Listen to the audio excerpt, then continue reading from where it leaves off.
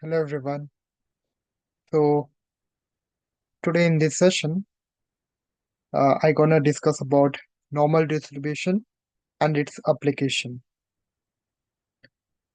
So when we talk about the probability theory and statistics, normal distribution play an important role you know in continuous probability distribution, and it can also referred to be as a Gaussian distribution, and it also refers to be as a bell curve.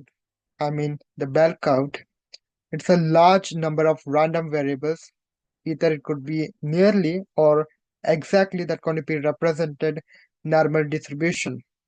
So it's going to be used in physical sciences and economics. So and it is also used in approximating the probability distribution. Therefore, supporting the usage of word normal as it about one mostly used. So next we have normal distribution definition. So it's going to be defined as the probability density function, which is continuous random variable that is in a system.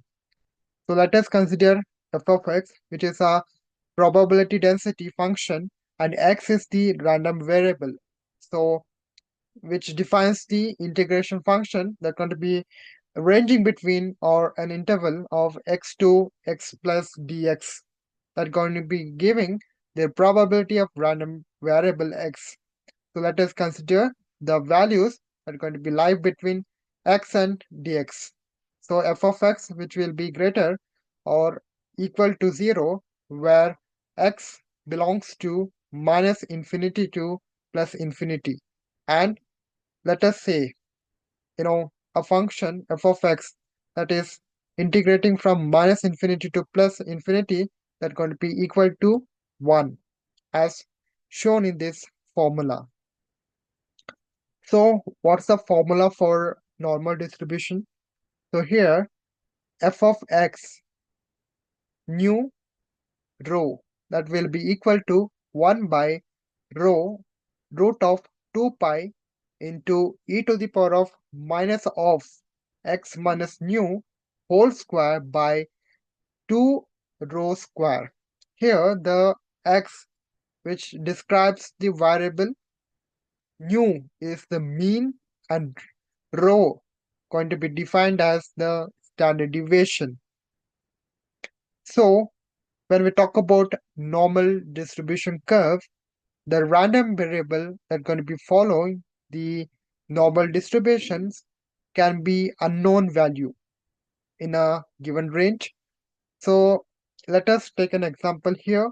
Finding the height of the students in the school, the distribution can be considered of in considering the any values that is bounded in the range, say 6 to 0 to 6 feet, and the limitation is forced physically on in an in a query. So the distribution does not even bother about the range. The range also extends to minus infinity to plus infinity, and we can define the finding of a smooth curve.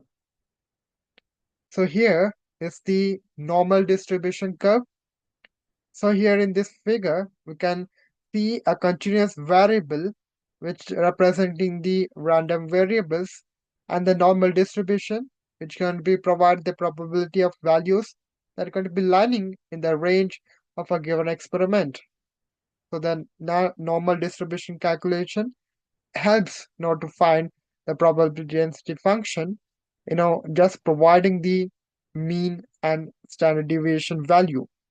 Here we can see the mean value will be at the peak. So and other will be decreasing, one will be increasing. So normal distribution standard deviation. Normal distribution going to be have a positive standard deviation, which means which going to be helps to determine the line of symmetry of a graph. So whereas the standard deviation going to be help in order to know how far the data are separated.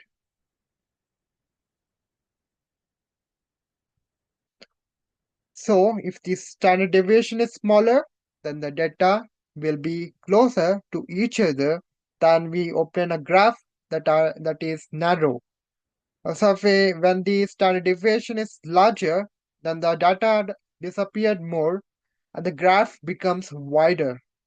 So the standard deviation going to be used for subdivide the area under the normal curve, and each subdivided section going to be defines the percentage of data which going to be fall into a specific region of a graph.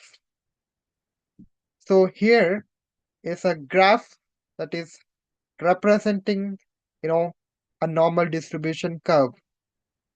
So here approximately 68% of the data falls within one standard deviation mean, that going to be between a mean of a standard one standard deviation and mean plus one standard deviation. I mean minus, you know you know decrementing represent to minus mean and increment represents to plus mean, and approximately 95% are going to be falls within two standard deviation, that is um, minus mean, two standard deviation, that is one is minus mean and plus mean, two standard deviation. Another way we have approximately 99% of data that will be fall under standard deviations and each of the mean. So next we have a standard, normal distribution property. So it defines the mean, median, mode that are equal, and it also talks about the total area that will be considered under the curve will always be equal to 1. So another way we have normal distribution curve will always be symmetric at the center. So there should be exactly half of the values that are right at the center and exactly half of the values are the left of the center. So the normal distribution should be defined by mean and standard deviation. Normal distribution curve have only one peak, that is un unmodeled, and the curve that approaches x-axis but never touches it, and it extends further away from the mean. So we can, we have various applications for normal distribution. Among them, we have marks that going to be scored on the test by the any of the students of any of the kind, and we have heights of different persons and size of object that are going to be produced by the machines, and the blood pressure and so on. So here is an example for the normal distribution function. Uh, we'll consider a numerical example. As in a test on electric bulbs, it was found that the lifetime of a particular, normal distribution with an average life of 200 hours and a you know, standard deviation of 60 hours, and if a firm purchases, 2,500 bulbs, find the normal bulbs that are exactly to at last for more than 2,100 hours or less than 1,950 hours, or it between or it between 1,900 hours to 2,100 hours. So here by data we have nu is equal to 2,000 and rho will be 60. So we have started normal variable where z will be equal to x minus nu. So rho will become x minus 2,000. So we'll obtain 60.